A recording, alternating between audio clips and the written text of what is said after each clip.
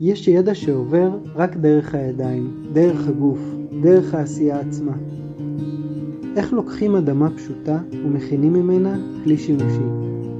איך בונים קיר מבוץ שיכול לעמוד שנים? איך שורפים כלים באש כמו פעם בלי תנור ובלי טכנולוגיה מודרנית?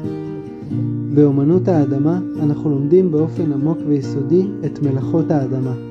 כדרות קדומה, בנייה בבוץ, פיסול, הכנת תערובות, צבעים, לומדים איך לשלוט באש ולשרוף איתה את כלי החרס.